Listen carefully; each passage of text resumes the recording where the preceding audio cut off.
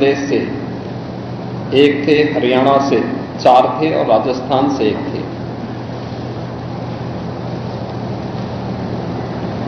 हाथरस के जिला हॉस्पिटल में मैंने जो घायल हैं, 31 ऐसे घायल हैं जो हाथरस, अलीगढ़, एटा और आगरा के हॉस्पिटल में जिनका उपचार चल रहा है और उसमें लगभग सभी आउट ऑफ डेंजर है।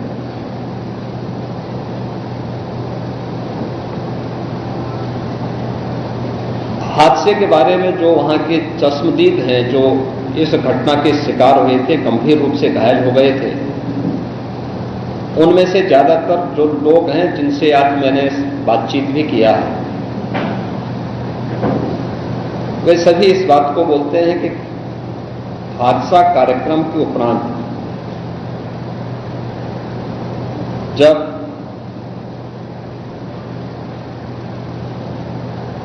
इस कार्यक्रम में जो सज्जन वहां पर अपना उपदेश देने के लिए आए थे, उनका कार्यक्रम या उनकी कथा संपन्न हुई तो कथावाचक के मंच से उतरने के बाद जीटी रोड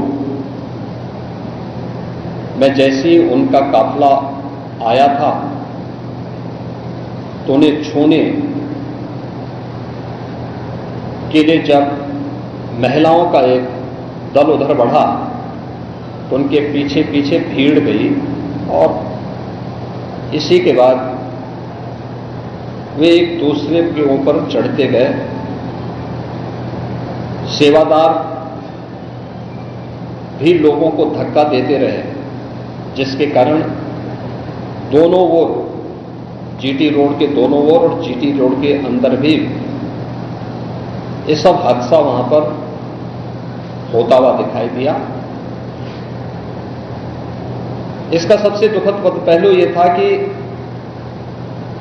इस प्रकार के आयोजन में जो सेवादार प्रशासन को अंदर घुसने नहीं देते,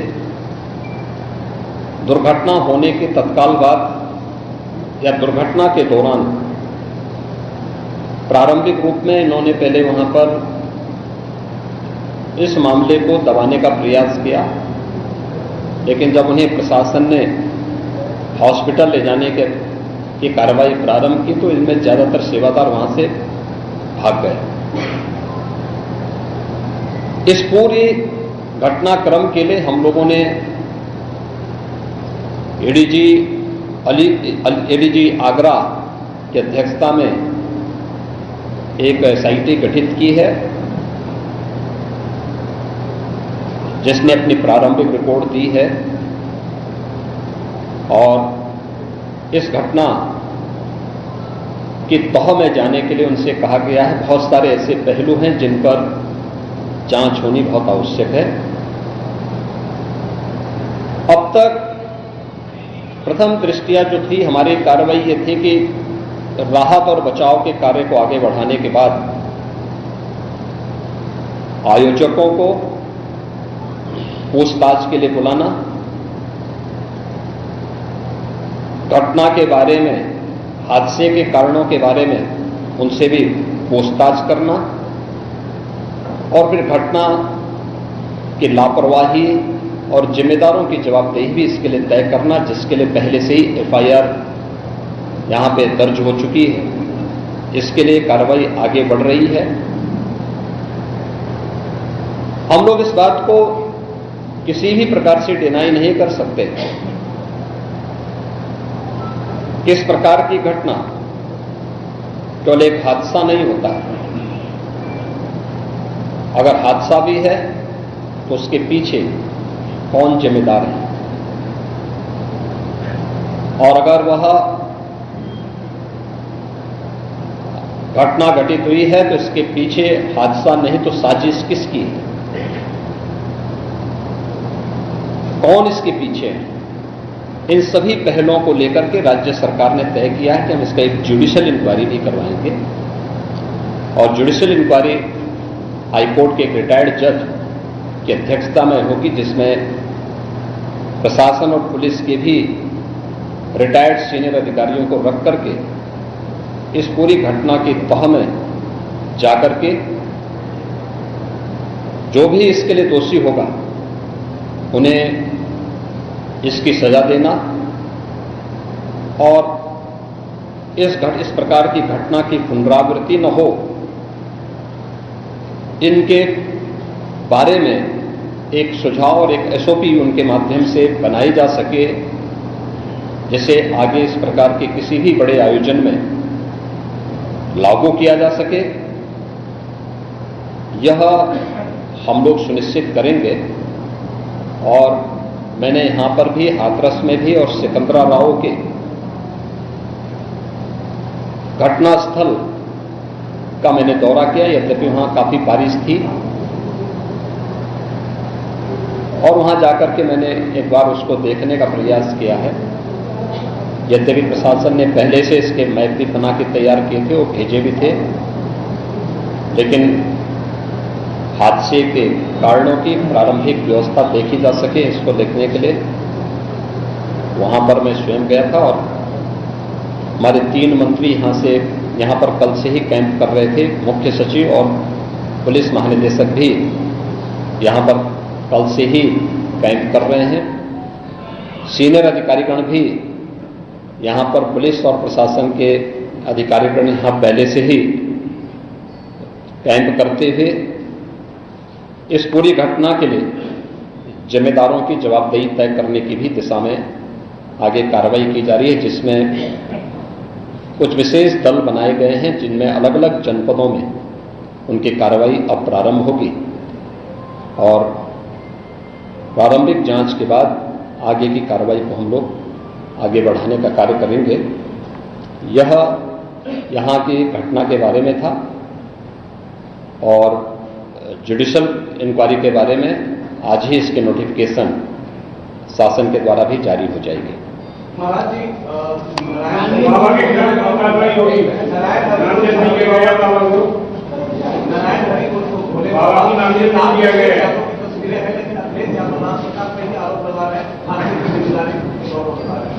देखिए, कुछ लोगों की एक प्रवृत्ति होती है कि इस प्रकार के दुखद और दर्दनाक घटनाओं में भी वे राजनीति ढूंढते हैं, और ऐसे लोगों की ये फितरत है कि चोरी भी और सीना चोरी भी। यह हर व्यक्ति जानता है कि सज्जन के फोटो किसके साथ में है, उनके राजनीतिक संबंध किन के साथ जुड़े हुए हैं। तो स्वाभाविक रूप से आप लोगों ने इस बात को देखा होगा कि पिछले दिनों रैलियों के दौरान इस प्रकार की भगदड़ कहां मचती थी और कौन इसके पीछे थे, और मुझे लगता है उसकी तह में जाना आवश्यक है। जो लोग निर्दोष लोगों के जीवन के साथ खिलवाड़ करते हैं और उनकी जवाबदेही भी इसके साथ तय होगी।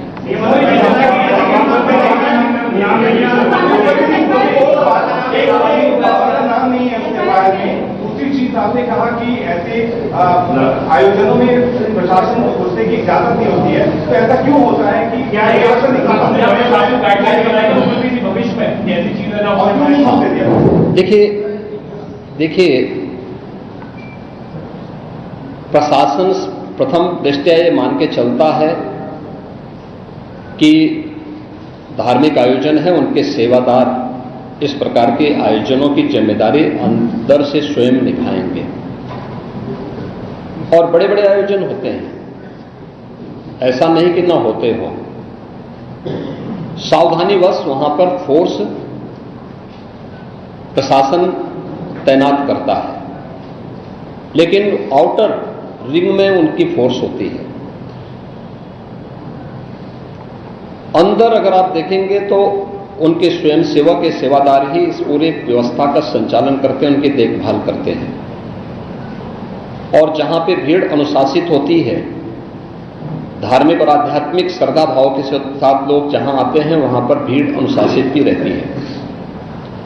लेकिन जब वही कार्यक्रम निहित स्वार्थी तत्वों के हाथों का खिलौना बन जाता है, तो वह अनुशासनहीनता का नजारा वहां पर भी देखने को मिलता है। और इसका शिकार अंततः वह निर्दोष व्यक्ति होता है जो धार्मिक श्रद्धा के साथ उस आयोजन में भागीदार बनता है, क्योंकि उसको तो साजिश के बारे में पता नहीं होता है और वह अपनी उस श्रद्धा भाव के साथ आता है, लेकिन साजिश करने वाले लोग अपनी साजिश करके फिर वहां से चुपचाप खिसकने का प्रयास भी करते हैं। होना यह चाहिए था कि अगर हादसा था तो सेवादारों को वहां पर इस पूरी घटना को पहले तो अपनी व्यवस्था को सुदृढ़ करना चाहिए था, और अगर सुदृढ़ नहीं कर पा रहे थे तो प्रशासन का सपोर्ट लेकर के हादसे के शिकार लोगों को हॉस्पिटल पहुंचाने की व्यवस्था करनी चाहिए थी, उपचार की व्यवस्था करनी चाहिए थी। इसका सबसे दूसरा जो पहलू ये है कि हादसा में लोग मरते गए और सेवादार उससे पहले वहां से खिसक करके भाग चुके थे, और इसीलिए हम लोग इसकी तह में चलेंगे। और मैं इस बात के लिए आपको इस बात के लिए मैं कह रहा हूं ना कि मैंने इसीलिए जुडिशियल कमीशन के बारे में राज्य सरकार ने इसको तय किया है। हम इसके तहत निष्कर्ष पर आएंगे और इस प्रकार के बड़े बड़े आयोजन हम लोग करते रहे हैं, लेकिन कहीं भी कोई इस प्रकार की चीजें नहीं आई है। और मुझे लगता है हम लोगों ने इस प्रकार के बड़े बड़े आयोजन हमेशा किए हैं, कुंभ जैसे बड़े आयोजन किए हैं, बड़े बड़े कार्यक्रम होते रहे हैं, लेकिन इसीलिए मैंने कहा कि इसकी तह में जाना आवश्यक है कि आखिर इसके पीछे कौन लोग इसके लिए जिम्मेदार हैं। दूसरा, राज्य सरकार ने और केंद्र सरकार ने, देखिए कि एफआईआर एप्लीकेशन परमिशन के लिए जिन लोगों ने दी थी, प्रथम दृष्टया पहले एफआईआर उनके खिलाफ होती है और इसके बाद फिर उसका दायरा बढ़ता है। ये सभी अन्य लोगों के दायरे में आएंगे, जो भी इसके लिए जिम्मेदार होंगे वो इसमें आएंगे। केंद्र और राज्य सरकार ने आर्थिक सहायता की भी घोषणा की है। जो निर्दोष लोग इस पूरे हादसे के शिकार हुए हैं, उनके जो नाबालिग बच्चे हैं, जो स्कूल में पढ़ने वाले बच्चे हैं, उनको हम उत्तर प्रदेश मुख्यमंत्री बाल सेवा योजना के अंतर्गत उन बच्चों की पढ़ाई की व्यवस्था हम लोग राज्य सरकार से करवाएंगे। उन्हें जिस भी स्कूल में पढ़ रहे होंगे, जिन भी संस्थाओं में पढ़ रहे होंगे, या उनके स्कॉलरशिप आदि की व्यवस्था के लिए भी राज्य सरकार ने तय किया है। और प्रत्येक मृतक के परिवारजन को भी केंद्र और राज्य सरकार मिलकर के 4 लाख रुपए की सहायता और गंभीर रूप से घायल व्यक्ति को 1 लाख रुपए की सहायता दे रही है। धन्यवाद।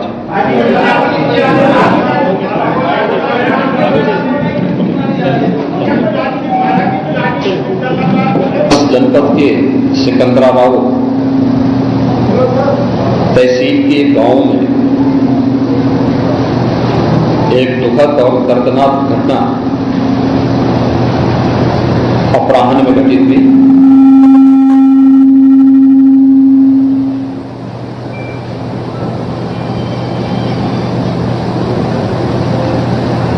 इस पूरी घटना के तह तक जाने के लिए शासन स्तर पर हम लोगों ने कल भी जो व्यवस्था बनाई थी, लेकिन प्रथम दृष्टया हम लोगों का यह था कि पहले राहत और बचाव के कार्य को आगे बढ़ाया जाए।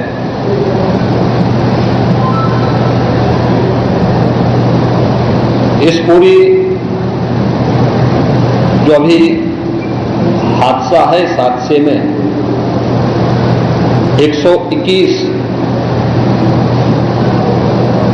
श्रद्धालुओं की मृत्यु हुई, जो उत्तर प्रदेश के साथ साथ हरियाणा, राजस्थान और मध्य प्रदेश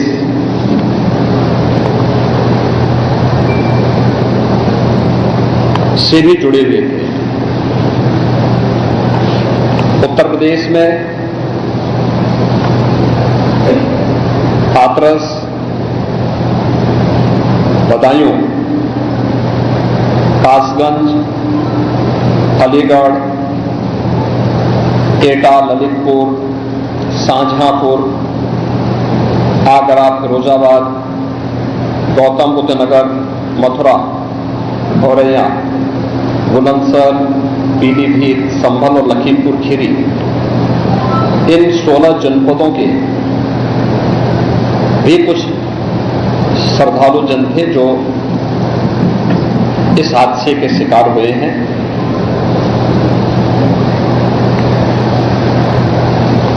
एक 121 में से 6 मृतक ऐसे थे जो अन्य राज्यों से थे, जिनमें ग्वालियर मध्य प्रदेश से 1 थे, हरियाणा से 4 थे और राजस्थान से 1 थे। हाथरस के जिला हॉस्पिटल में मैंने जो घायल हैं, 31 ऐसे घायल हैं जो हाथरस, अलीगढ़, एटा और आगरा के हॉस्पिटल में जिनका उपचार चल रहा है और उसमें लगभग सभी आउट ऑफ डेंजर है।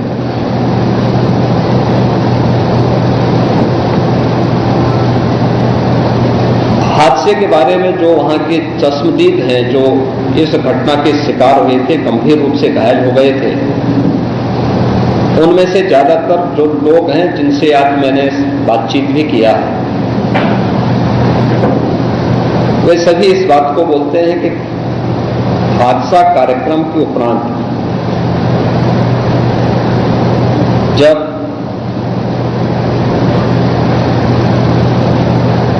इस कार्यक्रम में जो सज्जन वहां पर अपना उपदेश देने के लिए आए थे, उनका कार्यक्रम या उनकी कथा संपन्न हुई तो कथावाचक के मंच से उतरने के बाद जीटी रोड में जैसे ही उनका काफिला आया था तो उन्हें छूने के लिए जब महिलाओं का एक दल उधर बढ़ा तो उनके पीछे पीछे भीड़ गई और इसी के बाद वे एक दूसरे के ऊपर चढ़ते गए। सेवादार भी लोगों को धक्का देते रहे, जिसके कारण दोनों ओर, जीटी रोड के दोनों ओर और जीटी रोड के अंदर भी ये सब हादसा वहां पर होता हुआ दिखाई दिया। इसका सबसे दुखद पहलू यह था कि इस प्रकार के आयोजन में जो सेवादार प्रशासन को अंदर घुसने नहीं देते, दुर्घटना होने के तत्काल बाद या दुर्घटना के दौरान प्रारंभिक रूप में इन्होंने पहले वहां पर इस मामले को दबाने का प्रयास किया, लेकिन जब उन्हें प्रशासन ने हॉस्पिटल ले जाने की कार्रवाई प्रारंभ की तो इनमें ज्यादातर सेवादार वहां से भाग गए। इस पूरी घटनाक्रम के लिए हम लोगों ने एडीजी आगरा की अध्यक्षता में एक एसआईटी गठित की है, जिसने अपनी प्रारंभिक रिपोर्ट दी है और इस घटना की तह में जाने के लिए उनसे कहा गया है। बहुत सारे ऐसे पहलू हैं जिन पर जांच होनी बहुत आवश्यक है। अब तक प्रथम दृष्टिया जो थी हमारी कार्रवाई ये थी कि राहत और बचाव के कार्य को आगे बढ़ाने के बाद आयोजकों को पूछताछ के लिए बुलाना,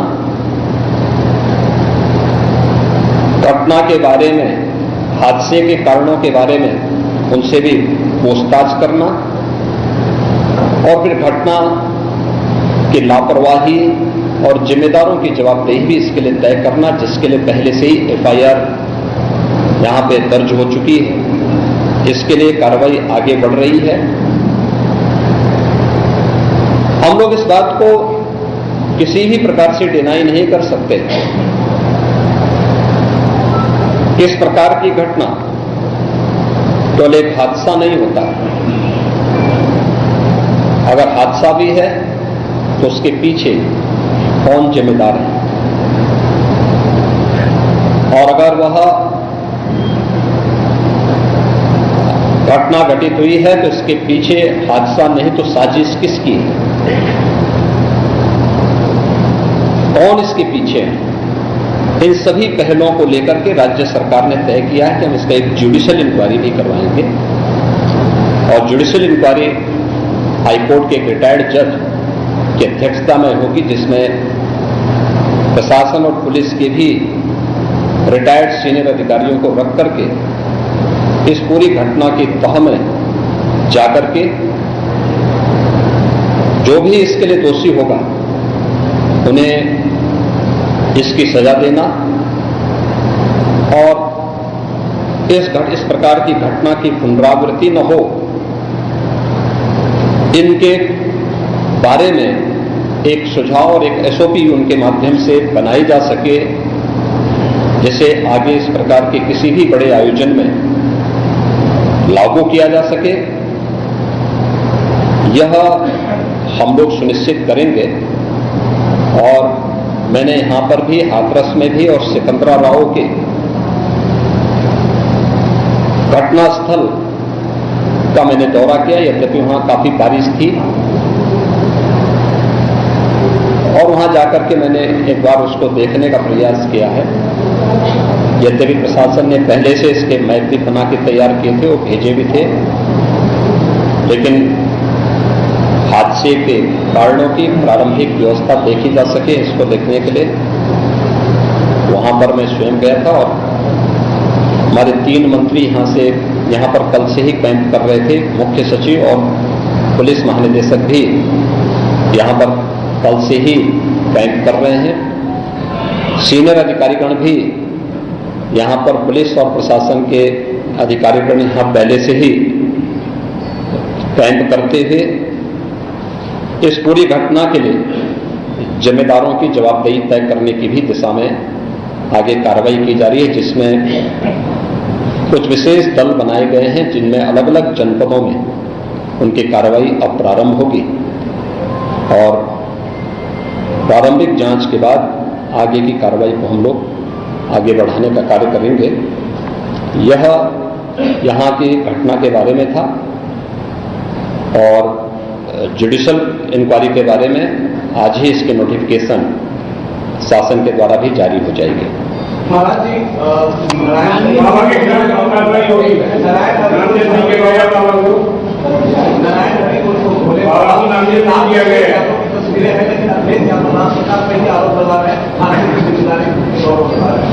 देखिए, कुछ लोगों की एक प्रवृत्ति होती है कि इस प्रकार के दुखद और दर्दनाक घटनाओं में भी वे राजनीति ढूंढते हैं, और ऐसे लोगों की एक फितरत है कि चोरी भी और सीना चोरी भी। यह हर व्यक्ति जानता है कि सज्जन के फोटो किसके साथ में है, उनके राजनीतिक संबंध किन के साथ जुड़े हुए हैं। तो स्वाभाविक रूप से आप लोगों ने इस बात को देखा होगा कि पिछले दिनों रैलियों के दौरान इस प्रकार की भगदड़ कहां मचती थी और कौन इसके पीछे थे, और मुझे लगता है उसकी तह में जाना आवश्यक है।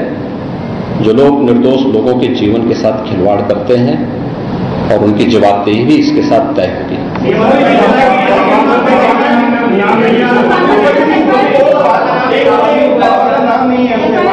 दूसरी चीज आपने कहा कि ऐसे आयोजनों में प्रशासन को घुसने की इजाजत नहीं होती है, तो ऐसा क्यों होता है कि क्या भविष्य में ऐसी चीजें ना हो? क्यों नहीं होते? देखिए, प्रशासन प्रथम दृष्टया ये मान के चलता है कि धार्मिक आयोजन है, उनके सेवादार इस प्रकार के आयोजनों की जिम्मेदारी अंदर से स्वयं निभाएंगे। और बड़े बड़े आयोजन होते हैं, ऐसा नहीं कि ना होते हो, सावधानीवश वहां पर फोर्स प्रशासन तैनात करता है, लेकिन आउटर रिंग में उनकी फोर्स होती है। अंदर अगर आप देखेंगे तो उनके स्वयंसेवक, सेवादार ही इस पूरे व्यवस्था का संचालन करते हैं, उनकी देखभाल करते हैं। और जहां पे भीड़ अनुशासित होती है, धार्मिक और आध्यात्मिक श्रद्धा भाव के साथ लोग जहां आते हैं, वहां पर भीड़ अनुशासित भी रहती है। लेकिन जब वही कार्यक्रम निहित स्वार्थी तत्वों के हाथों का खिलौना बन जाता है, तो वह अनुशासनहीनता का नजारा वहां पर भी देखने को मिलता है। और इसका शिकार अंततः वह निर्दोष व्यक्ति होता है जो धार्मिक श्रद्धा के साथ उस आयोजन में भागीदार बनता है, क्योंकि उसको तो साजिश के बारे में पता नहीं होता है और वह अपनी उस श्रद्धा भाव के साथ आता है। लेकिन साजिश करने वाले लोग अपनी साजिश करके फिर वहां से चुपचाप खिसकने का प्रयास भी करते हैं।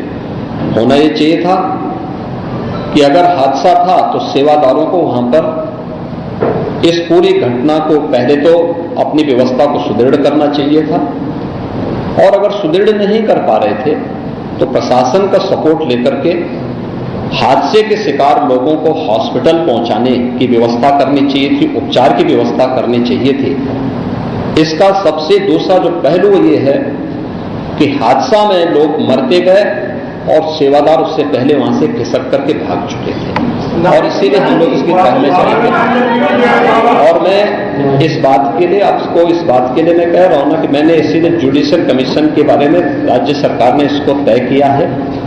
हम इसके तहत निष्कर्ष पर आएंगे और इस प्रकार के बड़े बड़े आयोजन हम लोग करते रहे हैं, लेकिन कहीं भी कोई इस प्रकार की चीजें नहीं आई है। और मुझे लगता है हम लोगों ने इस प्रकार के बड़े बड़े आयोजन हमेशा किए हैं, कुंभ जैसे बड़े आयोजन किए हैं, बड़े बड़े कार्यक्रम होते रहे हैं। लेकिन इसीलिए मैंने कहा कि इसकी तह में जाना आवश्यक है कि आखिर इसके पीछे कौन लोग इसके लिए जिम्मेदार हैं। दूसरा, राज्य सरकार ने और केंद्र सरकार ने, देखिए कि एफआईआर एप्लीकेशन परमिशन के लिए जिन लोगों ने दी थी, प्रथम दृष्टया पहले एफआईआर उनके खिलाफ होती है और इसके बाद फिर उसका दायरा बढ़ता है। ये सभी अन्य लोगों के दायरे में आएंगे, जो भी इसके लिए जिम्मेदार होंगे वो इसमें आएंगे। केंद्र और राज्य सरकार ने आर्थिक सहायता की भी घोषणा की है। जो निर्दोष लोग इस पूरे हादसे के शिकार हुए हैं, उनके जो नाबालिग बच्चे हैं, जो स्कूल में पढ़ने वाले बच्चे हैं, उनको हम उत्तर प्रदेश मुख्यमंत्री बाल सेवा योजना के अंतर्गत उन बच्चों की पढ़ाई की व्यवस्था हम लोग राज्य सरकार से करवाएंगे। उन्हें जिस भी स्कूल में पढ़ रहे होंगे, जिन भी संस्थाओं में पढ़ रहे होंगे, या उनके स्कॉलरशिप आदि की व्यवस्था के लिए भी राज्य सरकार ने तय किया है। और प्रत्येक मृतक के परिवारजन को भी केंद्र और राज्य सरकार मिलकर के 4 लाख रुपए की सहायता और गंभीर रूप से घायल व्यक्ति को 1 लाख रुपए की सहायता दे रही है। धन्यवाद।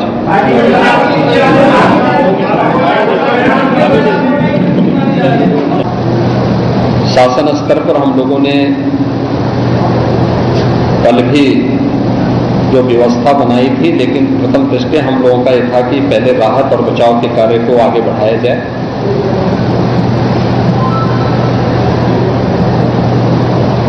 इस पूरी जो अभी हादसा है, इस हादसे में 121 श्रद्धालुओं की मृत्यु हुई, जो उत्तर प्रदेश के साथ साथ हरियाणा, राजस्थान और मध्य प्रदेश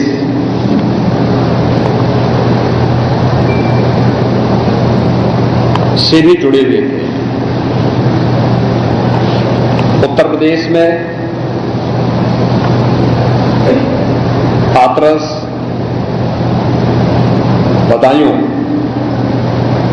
कासगंज, अलीगढ़,